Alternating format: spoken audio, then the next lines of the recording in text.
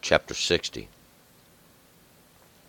For the leader, upon Shushaniduth, Miktam of David, to teach. When he strove with Aram Naharim and Aram Zobah, Joab returned and smote of Edom in the valley of Salt, 12,000. O God, you have cast us off, you have broken us down, you have been angry, O restore us. You have made the land to shake, you have cleft it, heal the breaches thereof, for it tottereth. You have made the people to see hard things, you have made us to drink the wine of staggering, you have given a banner to them that fear you, that it may be displayed because of the truth. Selah. That your beloved may be delivered, save with your right hand, and answer me. God spoke in his holiness, that I would exalt, that I would divide Shechem and mete out the valley of Succoth. Gilead is mine, and Manasseh is mine. Ephraim also is the defense of my head. Judah is my scepter. Moab is my washpot. Upon Edom do I cast my shoe. Philistia, cry aloud because of me. Who will bring me into the fortified city? Who will lead me unto Edom? Hast not you, O God, cast us off, and you goest not forth, O God, with our host? Give us help against the adversary, for vain is the help of man. Through God we shall do valiantly, for he it is that will tread down our adversaries. Alright, let's go back up to verse 1. Yes, once again, it's for the leader, upon Shushaniduth. Shushaniduth is the lily of testimony, or the beauty of the testimony. The testimony is the law. The testimony is kind of like the voice of your witness, and that's going to be the law. The law is the voice of the witness, the one who's given to testimony. Miktam of David, it's engraved. I've mentioned this several times. It's engraved, it's written down, it's carved, it's recorded, we might say. Like we're going to do it again. That way we've got it written here. It's like a witness. It's of David. That's the beloved, the chosen one, I call him, to teach. And that would be the purpose of it. It's to give you a little instruction. This is when he strove with Aram Naharim and with Aram Zobah. These would be the Arameans, and David fought against these in, I believe this, we're going to find reference to this in 1 Chronicles chapter 18. We're going to get a little variation there in the story, though. When Joab returned and smote of Edom in the valley of Salt, this 12,000. 12 is usually understanding. That's the law when it's witnessed, and that's understanding. See, and 1,000, the way I see it, it's always fulfillment, or the accomplishment of it. We can look at it like that, to get it done, be done with it. And this valley of Salt, salt's that which seasons, that which is, or purifies that which is unclean. And this valley is that low place, even that crack, that crevice, that where it falls into, that we're going to see gets purified. Purified with the understanding. And we'll not go into the details of this. Joab is God is our Father. We're going to pick it up here in verse 3. O God, you have cast us off. You have broken us down. You have been angry. Oh, restore us. Oh God, we start out with this plea, with this cry. A lot of Psalms do start out with a little bit of a plea, or a cry out to God for some help. And we're going to find out we have this cry for help because it says you have broken us down. In God's anger, we'll find out it's through transgression. Only God's anger only comes through your transgression. For you have made the land to shake. You have cleft it. Heal the breaches thereof, for it tottereth. It says, you have made the land to shake. You have cleft it. And cleft means to put a big crack through it. Separate it, divide it. And Heal the breaches, heal these cracks, heal these breaks thereof, for it tottereth.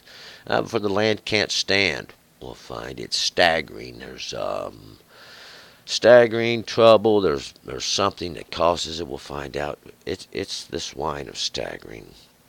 You have made your people to see hard things. You have made us to drink the wine of staggering. And these are the people of the land. God had brought some strife on them. All these nations were actually coming against them, and it was almost like they was coming at them from all around. And this wine of staggering, there's great drunkenness, there's great confusion in the land, and it's because of this that the enemy has risen up, and they are attacking. 6.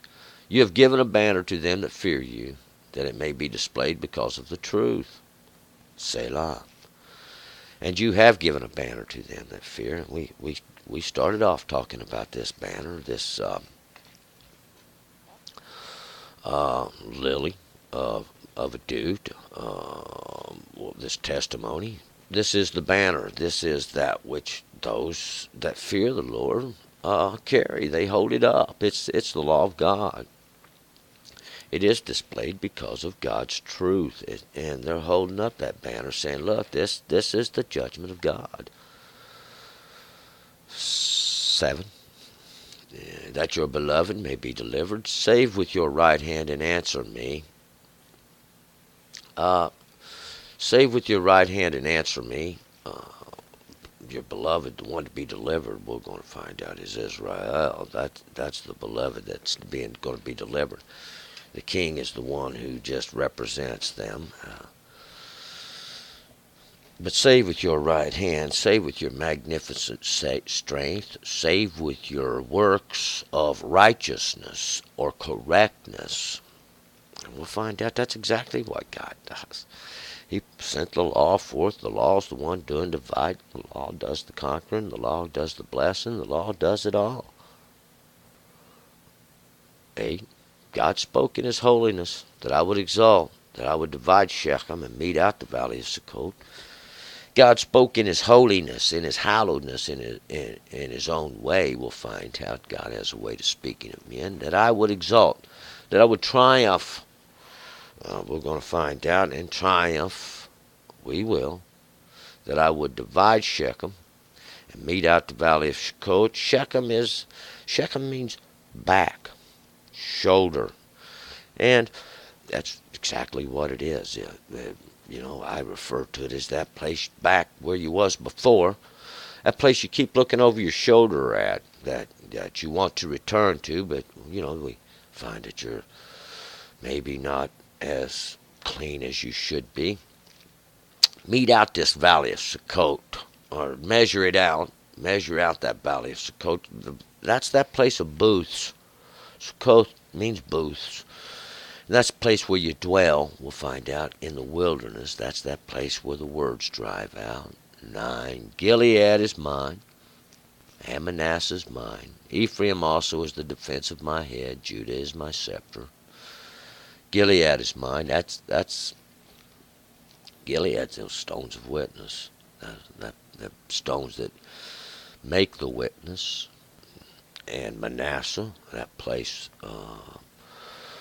where they cause to forget.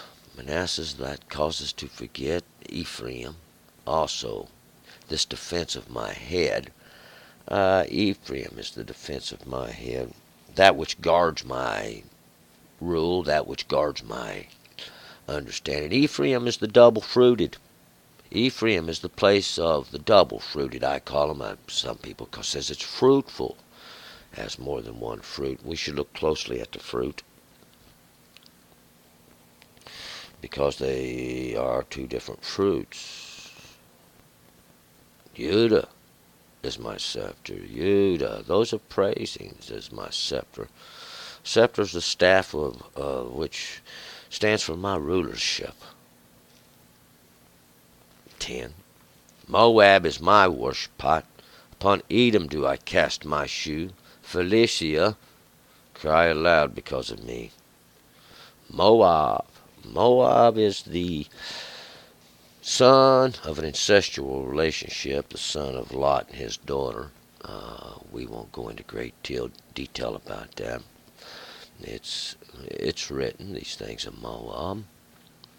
Is my wash pot, or is my washing, or that which is laundered, the laundry, or that which is being cleaned, is being washed.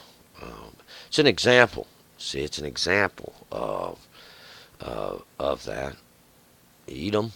Edom is red. Edom means red. Red is in reference to the blood, reference to that the sin of flesh, I call it. I've cast my shoe. And to cast my shoe is to, it's like, it is, what it means is to seal up the agreement. It's done. And that, it's done. So that's kind of like the final sealing of the covenant. We'll find out. It's an example of it. It's an example of it. Philistia is that land of sojourners. It's that land of drifters, those that have gone away from the Word of God. He says, cry aloud because of me. We'll find out. God is going to render great victory. 11. Who will bring me into the fortified city? Who will lead me unto Edom? Who's going to bring me into that fortified city, that city of fortification? We'll find out. This city of idolatry. Who will lead me unto Edom? That place of red. And we'll find this reference a long time ago, that what they did to the king of Edom, and they burned his bones into lime. But that fortified city of Edom, even, that place of sin. 12. Have not you, O God, cast us off, and you goest not forth, O God, with our hosts? Is not you, O God, the one who's cast us off? Is to be cast off is to be kind of put down. You don't go forth with our host, with our army, and we'll find out this period of time they were struggling with these Arameans, these ones of Aram. Arameans. Aram are the exalted ones. I may have left this out. When he strove with these ones of Aram, those exalted ones of Naharim. Naharim is the place of two rivers. Rivers always got to do with understanding, so it's this place where the understanding's divided. It's the place where it goes two different ways. With Aram of Zobah, Aram is that, once again, it's those that are exalted over Zobah, and Zobah is that station, that position, that place where the understanding divides. 13. Give us help against the adversary, for vain is the help of man. You'll have to give us some help with our adversary, these that struggle against us in adversity. It's in their own ignorance. For vain is the help of man. Vain is the help of man. If you're going to wait on man to help you, you're going to be waiting a long time, because we'll find out they won't. They won't help you. They're just going to take advantage of you. That's all the understanding they have. It's emptiness. It's worthless, this help of man, what men try to do. There's no understanding in it. There's understanding in the law of God, knowledge and wisdom in it too, if you will look for it. 14. Through God we shall do valiantly, for he is that will tread down our adversaries. And he it is that will tread down our adversaries. He said he would do it. All you have to do is make yourself observant. This was the covenant. He says, if you will. Then make yourself observant to my understanding. Make yourself observant to the law of God. And we'll find out God goes forth. He goes forth. The law goes forth. It divides automatically. The transgressors from the observers. It's an easy automatic thing. We're going to move forward. Psalm 61. Turn and return.